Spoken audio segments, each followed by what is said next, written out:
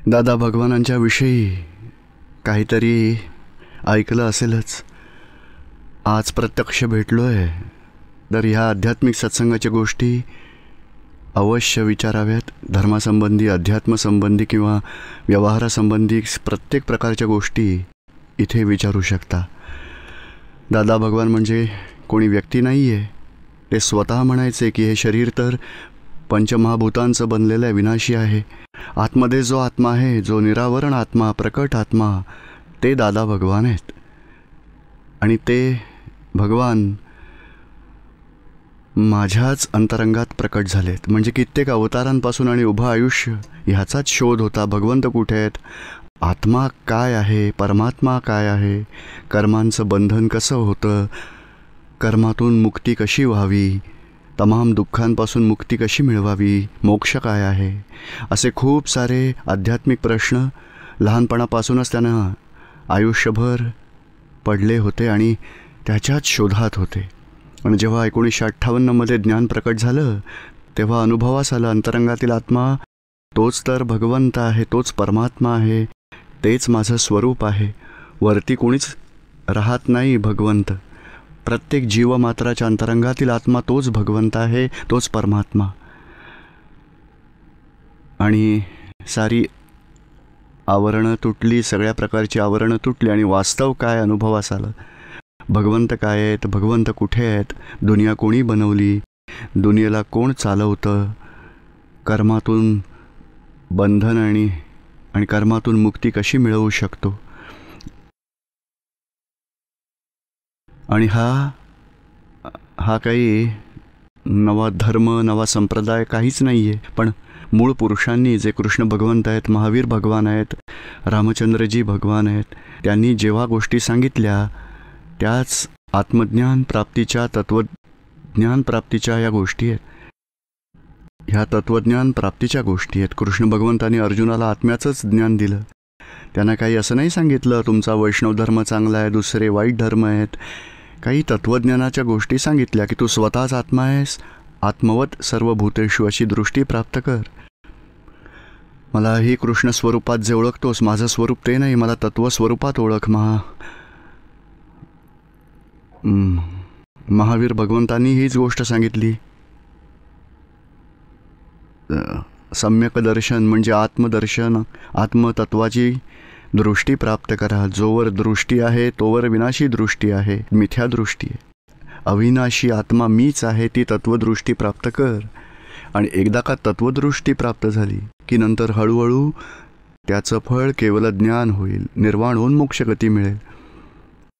रामचंद्रजींचंही तेच, आत्मा अहम ब्रह्मास्मी, स्वतःच ब्रह्म आहोत, स्वतःच परब्रह्म आहोत, तेच ज्ञान वशिष्ठ मुनींकडून प्राप्त केलं.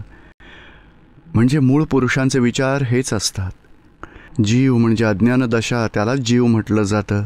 आत्मज्ञान होतं तेव्हापासून शिवस्वरूप होतो स्वतः. शिव तेच कल्याण स्वरूप आहे, मोक्ष स्वरूप आहे. चिदानंद रूपो शिवोऽहम शिवोऽहम. ओम नमः शिवाय. तर कुठवर आपण भक्ती करत राहायची, जोपर्यंत आपल्याला स्वतःच म्हणजे सेल्फ रिअलायझेशन होत नाही तोपर्यंत, जीवदशा तोपर्यंत शिवाला नमस्कार करायचा. पण आता सेल्फ रिअलायझेशन झालं तर स्वतःच शिव आहोत, सच्चिदानंद स्वरूप शिवोऽहम. तसा स्वतःचाच अनुभव स्वतःला येतो. म्हणजे हे काही नव्या धर्माचे, संप्रदायाचे विचार नाहीत. धर्म म्हणजे काय, संसारात चालू आहेत सगळ्या प्रकारचे धर्मच म्हटले जातात. म्हणजे वाईट सोडा, चांगलं धरून ठेवा, वाईटाचा त्याग करा, चांगलं ग्रहण करा. आणि कितीही चांगलं ग्रहण केलं त्याचं फळ पुण्यच मिळणार. आणि पाप ग्रहण कराल, कुणाला दुःख दिलं, कुणाचं नुकसान केलं, कुणाचं वाईट केलं तर पाप लागेल. पापाचं फळ संसारात दुःख, संकट, त्रास येत राहतील. आणि पुण्याचं फळ संसारात सुखशांती, संपत्ती मिळेल. पण पाप आणि पुण्य दोन्हीतून मुक्ती मिळवणं, त्यालाच अध्यात्मविज्ञान म्हटलं जातं. सन्मुख होणं, ही देहदृष्टी सोडून आत्मदृष्टी मिळते, त्यालाच अध्यात्मविज्ञान म्हटलं जातं. अध्यात्मामध्ये पाप आणि पुण्य दोन्हींपासून मुक्ती आहे. कर्मबंधनच होऊ शकत नाही. अध्यात्मात मी स्वतः कोण आहे तेच ओळखायचं आहे. इथे दादा भगवानांनी त्याचाच शोध लावला आणि दुसऱ्यांनाही याची अनुभूती ती करून दिली की स्वतः कोण आहे त्याची ओळख करून घे. स्वतःच आत्मा आहे, पण आत्मा काय करतो, आत्मा कुठे आहे, आत्म्याचे देहातलं स्वरूप काय आहे, त्या सगळ्या प्राप्त करण्याच्या गोष्टी आहेत. आणि तेवढंच महत्त्वाचं, करविता कोण आहे, करवणारा कोण आहे. जोपर्यंत मी कोण आहे हे ओळखत नाही आणि करणारा कोण ते ओळखत नाही, तोपर्यंत कर्मबंधनाचं झंझट हे चालूच राहणार. पण स्वतः कोण आहे त्याची ओळख पटली, करविता कोण आहे, कर्ता कोण आहे, कर्ताभाव निघून गेला, खरा कर्ता कोण आहे हे डिसाईड झालं की कर्मबंधनातून मुक्त होऊन जाल. हे आध्यात्मिक विज्ञान आहे, त्याला अक्रम विज्ञान म्हणतात. संसारात चालतो तो क्रमिक मार्ग. तप करा, त्याग करा, ध्यान करा, भक्ती करा, मंत्र करा, पाठ वाचा, स्वाध्याय करा, शास्त्राचं पठण करा, काही ना काही करायचं असतं. आणि संसारातले मोह, माया, राग, द्वेषातून सुटकेचा रस्ता मिळवण्यासाठी काही ना काही जे गुरु महाराज आहेत सांगत राहतात, एवढा मंत्र जपा, एवढे पाठ वाचा, एवढं ध्यान करा. तो क्रमिक मार्ग आहे. एक स्टेप, प्रथम स्टेपवरून नंतर सेकंड स्टेप चढा, दुसरी स्टेप पूर्ण झाली थर्ड स्टेप चढा, असं हळूहळू हायर स्टँडर्डमध्ये पुढे जायचं. आणि कधी क्वचित असा मार्ग समोर दिसतो, त्याला अक्रम मार्ग म्हणतात. अक्रम म्हणजे स्टेपलेस पाथ, म्हणजे लिफ्टसारखा. जिना चढत चढत चढत चढत 12व्या मजल्यावर जातो, इथे लिफ्टमध्ये बसून सरळ 12व्या मजल्यावर निघून जातो. अशा सगळ्या तप, त्याग, ध्यानाचं फळ काय आहे? रागद्वेषातून मुक्ती मिळवावी. आणि रागद्वेष आणि शेवटी अज्ञानातून मुक्ती प्राप्त करून आत्मसाक्षात्कार मिळवणं, तोच मार्ग आहे.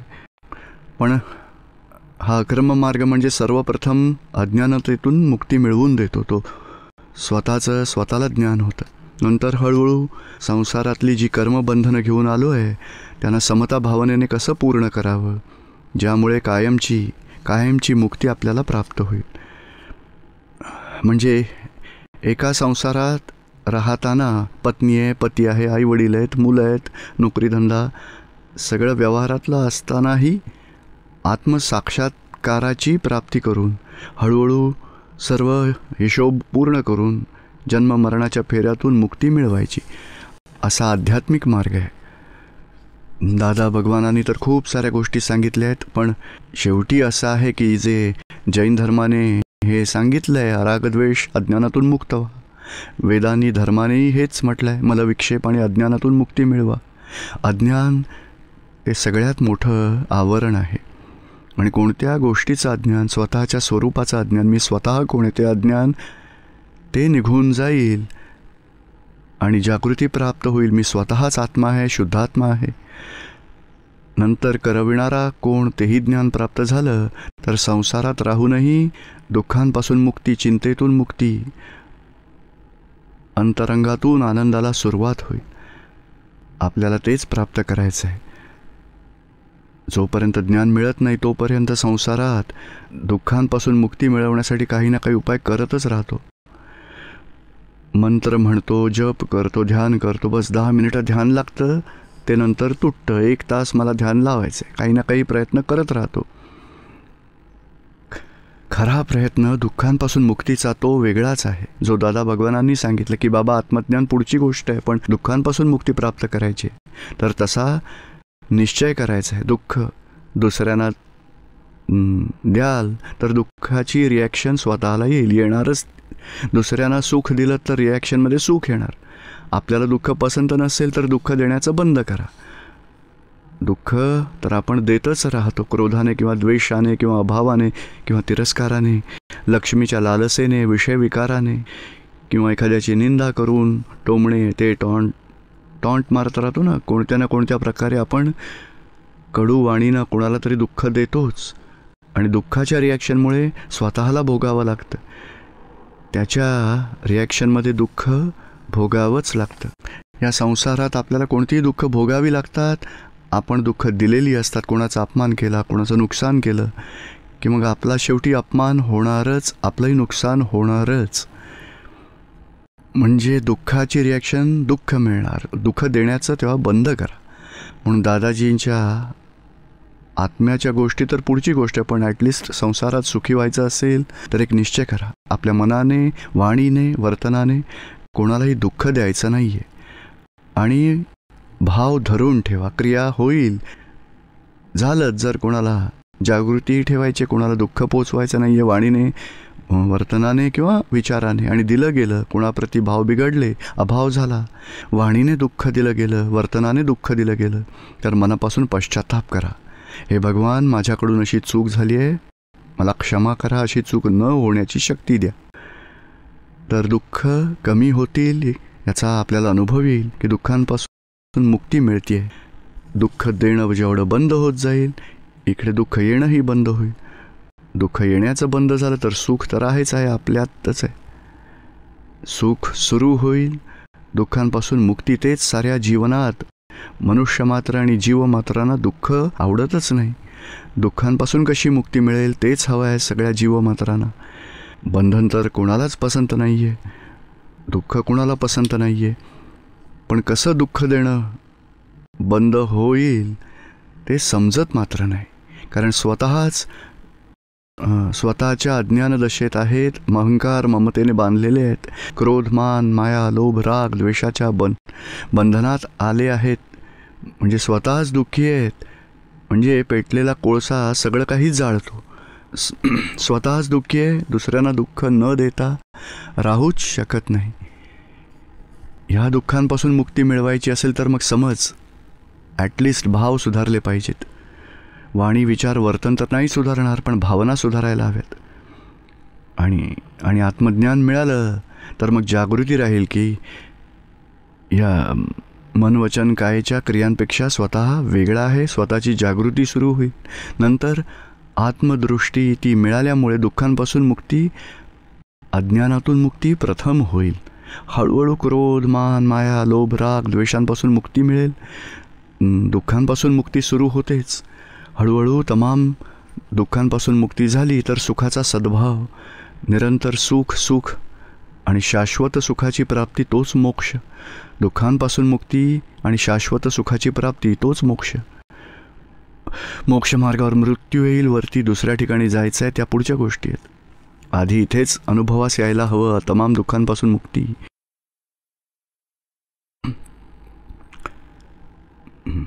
म्हणजे कसं आपण जीवनात काही ना काही धर्म तर करतच राहतो, भक्ती करत राहतो, पण आपली चिंता, टेन्शन, स्ट्रेस, रागद्वेष समाप्त कसे करावेत, ज्यामुळे दुःखांपासून मुक्ती कशी मिळेल, त्यासाठीच हा सत्संग आहे. तुम्ही जरूर हा विचार करू शकता की कशा प्रकारे तुम्ही अध्यात्म मार्गात प्रगती करायची, तमाम दुःखांपासून मुक्ती मिळवायची आणि आत्म्याच्या अनुभूतीमध्ये प्रगती करू शकाल. कोणाला काही विचारायचं असेल तर जरूर विचारा, कारण हा प्रश्नोत्तरी सत्संग आहे, ज्यामुळे आपल्याला क्लॅरिटी जास्त येईल कशी आपण मोक्षमार्गात प्रगती करू शकू. हर्षद. जय सच्चिदानंद पूज्यश्री. प्रश्न असा आहे की ॲक्च्युली आपले रेग्युलर कर्म जे आहेत ते चालू राहतात, तर मग जागृतीमध्ये राहिल्याने, शुद्धात्म्याच्या जागृतीमध्ये राहिल्याने कसे कर्म समाप्त होतील, कसे मोक्षाच्याकडे जाऊ शकतो आपण. लाईक जे आपले रेग्युलर कर्म जे रुटीनमध्ये जे चालत असतात ते कंटिन्युअसमध्ये चालतच असतात ना, फक्त ह्याच जागृतीमध्ये राहिल्याने की मी शुद्धात्मा आहे ते कसे काय समाप्त होतात. फक्त एकच शुद्धात्म्याची जागृती नाही सांगितली, आणखी सांगितलेत. हर्षद वेगळा आहे. हर्षद जे काही करत आहे ते संयोगाधीन होत आहे, डिस्चार्ज कर्म आहे त्याचं, आणि ते जाणणारा मी शुद्धात्मा आहे. म्हणजे ज्ञानाची जागृती म्हणजे कर्ता कोण आहे, मी कोण आहे, या दोन्ही जागृती ठेवायच्या आहेत. आणि ही जागृती ठेवल्यामुळेच या कर्ता भावाने कर्मबंधनं होतात. जे काही हर्षद करतोय, वाणी, विचार, वर्तन, त्या क्रियांना मी केलं आहे मानल्यामुळे कर्मबंधन होत असतं. आता जागृती ठेवायची की नाही, हर्षद जे काही करतोय रिझल्ट ऑफ सायंटिफिक सर्कमस्टेन्शियल एव्हिडन्स आहे ना. कोणतंही कार्य आपण स्वतंत्रपणे करू शकतो, त्यासाठी संयोगांची गरज असते. सांगा, चहा बनवायचा असेल तर स्वतः करू शकतो का, संयोगांची गरज भासते. स्वतः करू शकतो. स्वतः करू शकतो. चहाची पावडर नसेल तर बनेल का चहा? हां, साखर नसेल तर बनेल? भांडं नसेल तर बनेल चहा? असा बनवू शकता तुम्ही? नाही का? तुम्ही तर आहात ना बनवणारे, बनवा ना. मग जर तुम्हाला संयोगांची गरजच पडत नसेल तर स्वतः केलं म्हटलं जाईल. आणि काही संयोगांची गरज भासत असेल तर कोणाच्या तरी आधारे बनताय, त्यावेळी स्वतंत्रपणे करणारा नसतो. हां, वन ऑफ द एव्हिडन्सेस आहे, पण सगळे संयोग जुळल्यावर कार्य होतं. टाईम, स्पेस, एव्हिडन्स सगळे संयोग जुळल्यावर कार्य होतं. आणि ही जागृती राहते की नाही, कोणी जर इन्सल्ट केला तर तो स्वतः करता असेल का काही संयोगवशात होत असेल? संयोग, हां, ते निमित्त आहे. आणि तुमचंच कर्म, अपमान भोगणं ते कर्म आपलंच आहे. आणि आपलं कर्म भोगण्यासाठी निसर्ग त्याला निमित्त बनवतात आणि त्या निमित्ताने आपलं कर्म पूर्ण होतं. म्हणजे जर पायाला ठेच लागली, ठेच काय आपल्याला लागण्यासाठी आली नव्हती, आपण तिथून चाललो होतो, आपल्या पायाला लागलं, ते निमित्त आहे. आपलं कर्म अशाता भोगण्याचं, आपल्या भोगण्याची वेळ आली त्यामुळे हे भोगावं लागतं. पण आपलंच कर्मफळ देण्यासाठी बाहेरचे संयोग निमित्त मिळतात. म्हणजे ही सगळी जागृती राहील तेव्हा कर्मबंधन नाही होणार. आणि जर कोणाला दोषी पाहाल, या माणसाने माझा इन्सल्ट केला, मी बघून घेईन, मग दोघंही बंधनात येतील. तुला जेवढं होईल तेवढं कर, मी बघतोच. म्हणजे समोरासमोर दोघंही हिशोबाने बंधनात येतील. पण जागृती, आणि जागृती असेल की तो निमित्त आहे, निर्दोष आहे, माझा हिशोब पूर्ण झाला, तर मग तुम्ही मुक्त व्हाल. त्या अज्ञानतेमुळे बंधनात येऊ शकता. समजत्या काय आहे? पण शुद्धात्मा करा असं काही नाही, पूर्ण दोन्ही व्हायला पाहिजे. की स्वतः कोण आहे आणि शुद्धात्मा तुम्ही आहात, तर हर्षद कोण आहे, वेगळा कसा आहे, हर्षदला कोण चालवत आहे, सगळ्याची जागृती असायला हवी. समजलं का तुम्हाला? आता दुसरा सेम क्वेश्चन एक कर्माशी रिलेटेड आहे की आत्मा जो मनुष्य देह सोडून जातो तो रिटर्न मनुष्य देहातच येतो का, की किंवा नाही, त्या मनुष्य देहात हा देह सोडून दिला, ते कर्माचं फळ होतं. त्या कर्माचा हिशोब पूर्ण होत होत होत कर्म पूर्ण झाली तर देहातून स्वयंला सुटावं लागेल. देहाचा हिशोब पूर्ण झाला तर देहातून सुटेल. पण आत्म्याच्या स्वरूपाची अज्ञानता तर होतीच, म्हणून नवी कर्म बांधली पूर्ण. त्याला कॉझल बॉडी म्हटलं जातं. कॉझल बॉडी, इलेक्ट्रिकल बॉडी आणि प्युअर सोल दुसऱ्या गर्भामध्ये जातील. अँड अकॉर्डिंग टू न्यू कर्मा, आता कोणत्या प्रकारची कर्म बांधली आहेत त्या प्रकारे 4 गतींमधून जावं लागेल. म्हणजे मनुष्यगती किंवा देवगती किंवा मग नरकगती किंवा जनावरगती. म्हणजे कुणाला जर दुःख दिलं आणि त्याला चूक वाटतच नसेल तर जनावरात जाईल आरामात. आणि दुःख दिलं एखाद्याला आणि आतून पश्चात्ताप होतो, अरे माझी चूक झाली, दुःख द्यायला नको होतं, तर मनुष्यात पुन्हा याची संधी आहे. आणि दुःख देऊनही खुश होतो, बरं झालं, सरळ करायला पाहिजे, संपवून टाकायला पाहिजे. तर मग मारण्यापर्यंतचाही विचार करतो किंवा एखादा मारण्याची क्रियाही करतो, मग ते रौद्र ध्यान, नरकगतीत जावं लागेल. आणि संपूर्ण आयुष्य दुसऱ्यांच्या सुखासाठी जगला संत पुरुषासारखा. कोणाचं काहीही नको, बस दुसऱ्यांच्या भल्यासाठी, लक्ष्मी, विषयविकाराची कशाचीही अपेक्षा नाही, दुसऱ्यांच्या सुखासाठी जीवन जगतो, तेव्हा देवगतीत जाईल.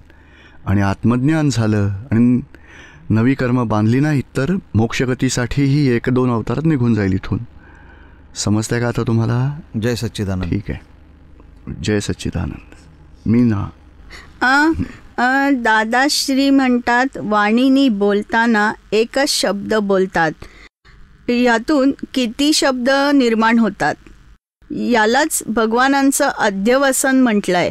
तर ही वाणी, या वाणीने बोलण्यात व्यवस्थित वाणी व्यवस्थित मध्ये फिट होते, म्हणून भगवानांनी अध्यवसन म्हटलं आहे.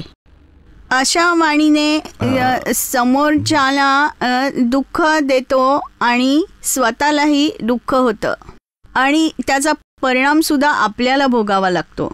म्हणून दादाश्री म्हणतात की बोलण्याआधी पुरुषार्थ करा, की असं न झालं तर बरं होईल, असे न बोलावे, बोलणे तरीही चांगले आहे. तर या पुरुषार्थात अभावाने प्रतिक्रमण होते. त्याचं काय आहे की एखाद्या माणसाला आपण हा खोटारडा माणूस आहे, नालायक माणूस आहे, एखादा वाईट शब्द बोलला तर आतल्यात मनामध्ये रिॲक्शन चालू होते.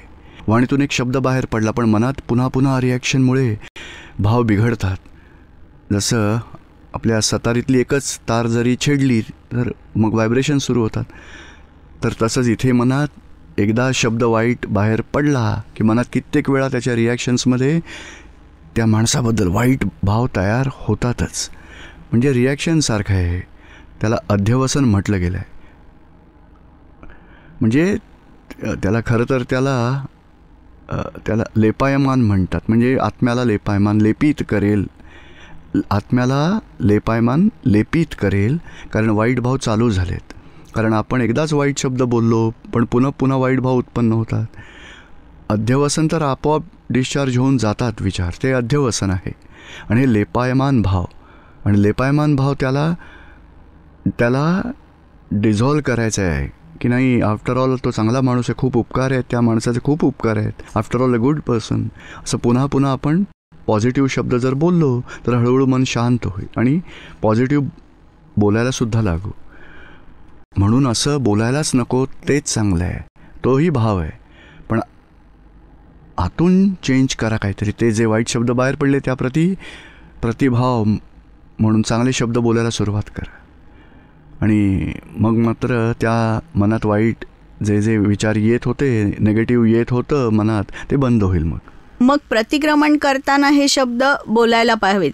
म्हणजे प्रतिक्रमण तर वेगळं आहे. हे प्रतिक्रमण तर पुढची गोष्ट आहे की बाबा कोणाला दुःख दिलं गेलं तर आपण माफी मागायची. पण मनातून एखादा शब्द वाईट बोलला गेला तर मन रिॲक्शन म्हणून सांगतच राहतं वाईट.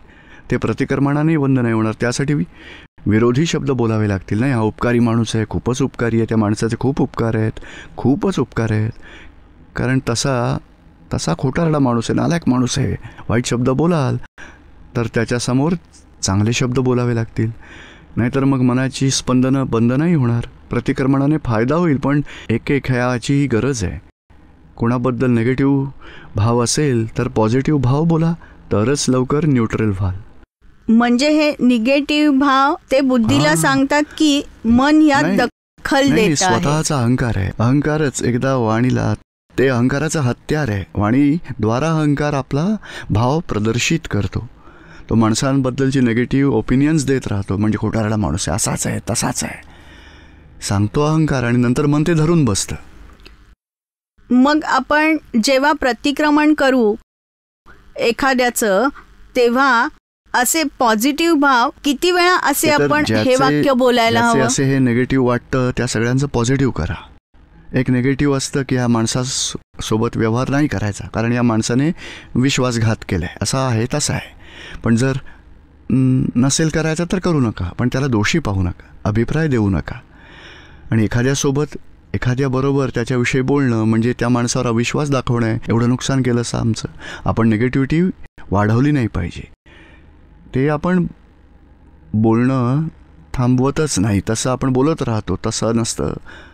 तसं तर ते संयोगांमुळे घडलं आहे, आपला हिशोब झाला आहे, त्यांचा दोष नाही. आणि सर्वांबरोबर चांगलाच व्यवहार असतो त्याचा. आपल्यासाठी वाईट असेल तर तो आपला हिशोब आहे, त्याचा दोष नाही आहे. मग एखाद्याचं निगेटिव्ह सांगितलं तर त्याचं मग पॉझिटिव्हही सांगायला हवं की नाही, आफ्टर ऑल चांगला माणूस आहे, संयोगावशात झाला आहे. मग हळूहळू आपलं त्याच्याप्रती निगेटिव्ह भाव सुटतील, निगेटिव्हिटीही निघून जाईल.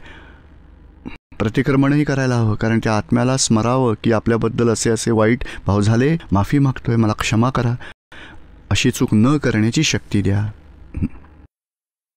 तेव्हा मग पूज्यश्री ज्यांनी ज्ञान नाही घेतलंय त्यासाठी आपण व्यवस्थिताच्या अधीने असं बोलू शकतो. नाही, त्यासाठी व्यवस्थित शब्द आणूच नका. त्याच्या प्रकृतीच्या अधीन, प्रारब्धाच्या अधीन आहे. पण स्वतःच करता होऊन बसलाय, मीच केलंय, त्यात काय चूक आहे. तो स्वतःच मालक झालाय म्हणजे ते प्रारब्धाच्या अधीन आहे. सारं जीवन प्रारब्धाच्या अधीन आहे. पण तो करता बनतो की मीच केलंय, त्याला वाईट वाटतच नाही, चुकीचं वाटतच नाही. रिस्पॉन्सिबिलिटी स्वतःच घेऊन फिरतो. मला तर आवडतच नाही पण नैसर्गिकपणे वाईट शब्द बाहेर पडतायत, मला पसंत नाही, दोन वेगळं झालं. पण तो एकच मानतो की मीच वाईट शब्द बोललो त्याच्याबाबत, बरोबर, त्यात काय चूक. स्वतःच करता बनतो आणि दुसऱ्या भावाचं बी टाकत राहतो. पण जेव्हा आपण प्रतिक्रमण करतो तेव्हा यातील भेद वेगळा करून पुद्गल आणि आपल्याला बघावे लागेल ते बघू शकतो ना. ते करायला पाहिजे. बरोबर आहे. प्रतिक्रमणाच्या वेळी